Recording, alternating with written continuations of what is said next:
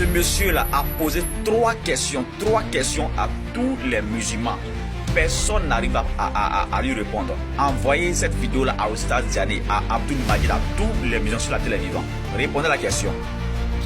Salut, j'espère que vous allez bien. S'il y a une chose sur laquelle musulmans et chrétiens ne sont pas d'accord, c'est la divinité de Jésus-Christ. Les musulmans disent qu'il est impossible que Jésus soit Dieu, tandis que les chrétiens affirment que Jésus est Dieu. Mais s'il y a aussi une chose sur laquelle les deux religions sont tout à fait d'accord, c'est que l'humanité tout entière sera jugée par Jésus.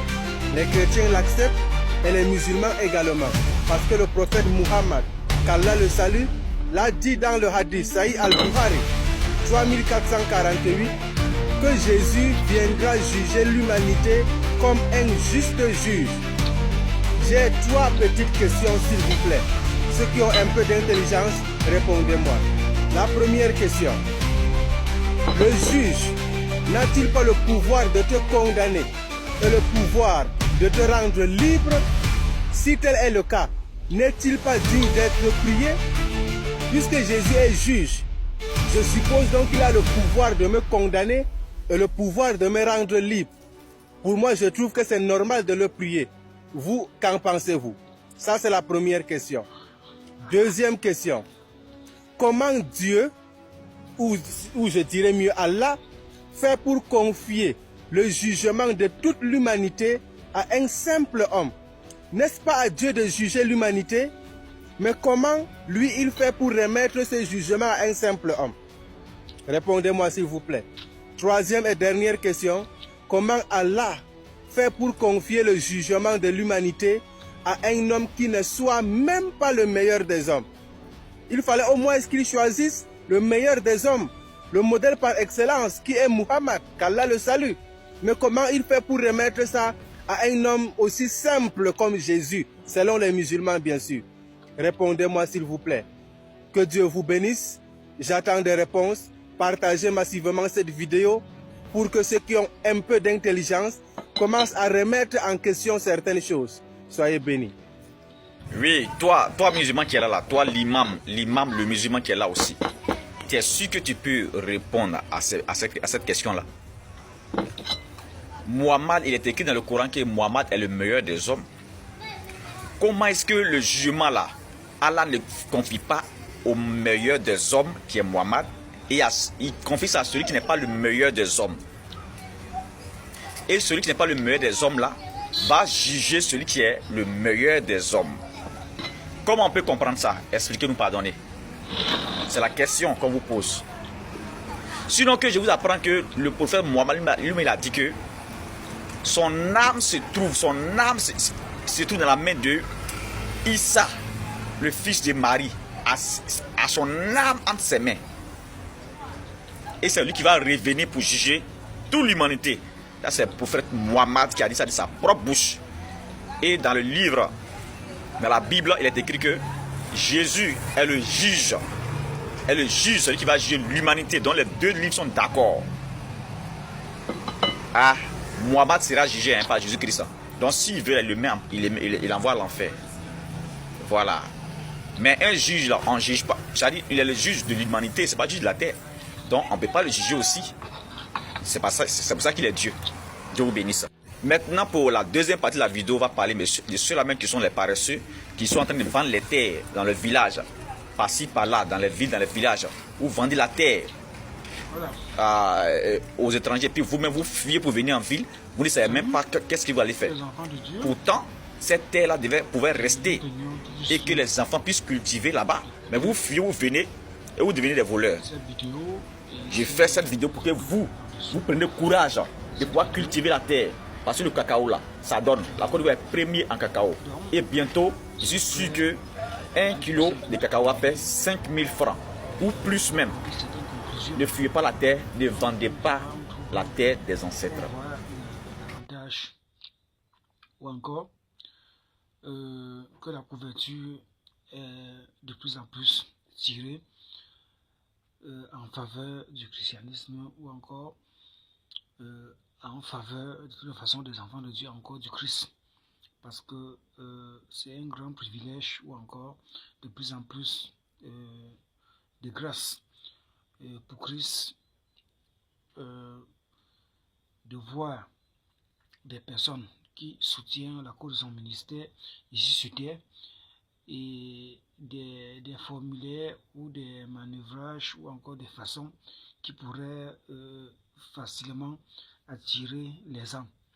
C'est pour cette raison que je dis de toute façon des faveurs pour Christ ou encore l'honneur du Christ ou du christianisme ou aux enfants de Dieu. Parce que ce n'est pas seulement les anges qui sont chaque fois dans la fierté, dans la joie, quand ils voient une âme venir au Seigneur. Les enfants de Dieu, c'est pareil. Si on peut parler du plaisir, de la joie, de la paix, de la fierté, manifestant par les esprits purs, par exemple comme les anges, qu'ils en ont plus. Cela veut dire en conclusion que les enfants de Dieu en ont en triple. Vous voyez, ici les enfants de Dieu en ont en triple. Le Seigneur lui-même en a au centuple en ce qui concerne la joie, la jouissance, voyant comment les âmes pourraient s'approcher et être sauvées. Vous voyez, donc je félicite déjà ce frère et pour son ouvrage qu'il fait par amour pour le Seigneur. Et puis celui dont on a vu dans la vidéo, il a parlé au sujet des 3 questions dont il a eu à poser. L'autre qui soulève encore que les conflits se soulèvent derrière cette compréhension donc sur la divinité du Christ, menaçant la communauté musulmane ou encore islamique et ainsi de suite. Vous voyez, ça a toujours été le problème.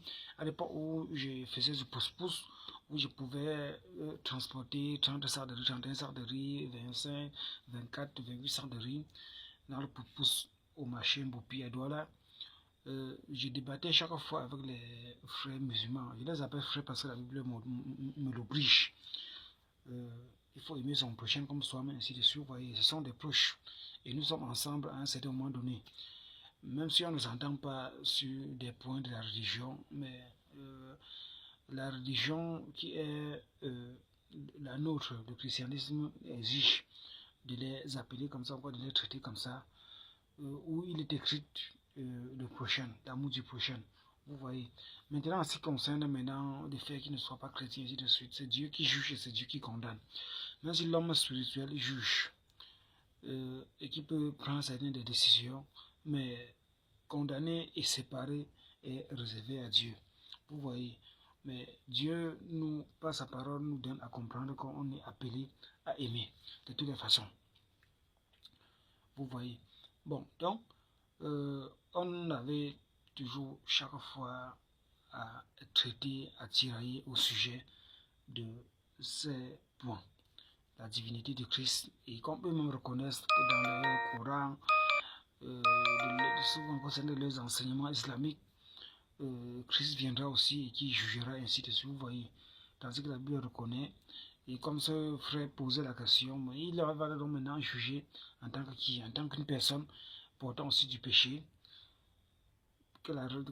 Ou la question, là où encore la réponse rentre toujours encore sur la tendance divine, dont les chrétiens reconnaissent, selon la Bible, Emmanuel, Dieu avec tous dans Ésaïe, et ainsi de suite. Vous voyez.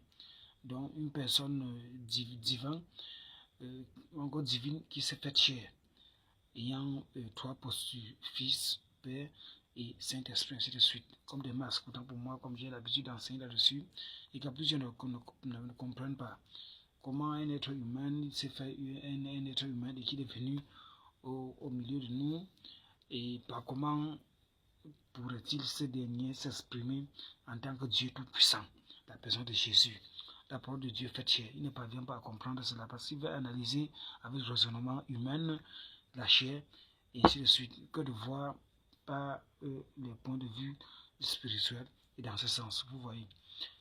Donc, chaque fois, tout ce qui concerne la foi, la parole de Dieu, la voix de Dieu, je ne cesserai de soutenir ou d'apporter mon point de vue positif là-dessus. Donc, déjà que tout ce que ces frères soient bénis et pour ce qu'ils font et pour ce genre de témoignage, donc je soutiens et je suis vraiment très reconnaissant.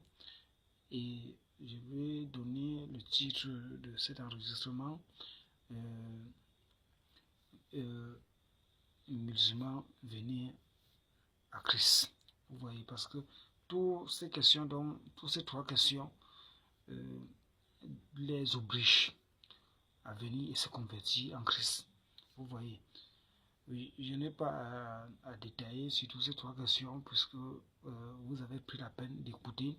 On a pris la peine d'écouter ensemble et c'est vraiment des questions et réponses d'une part autant pour moi qui est tellement convaincant d'attirer les âmes au Seigneur à partir de l'islam, à partir des méthodes musulmanes, ainsi de suite de venir en Christ afin d'avoir l'âme sauvée pour la vie éternelle. À travers le jugement dernier, ainsi de suite, et merci pour l'attention.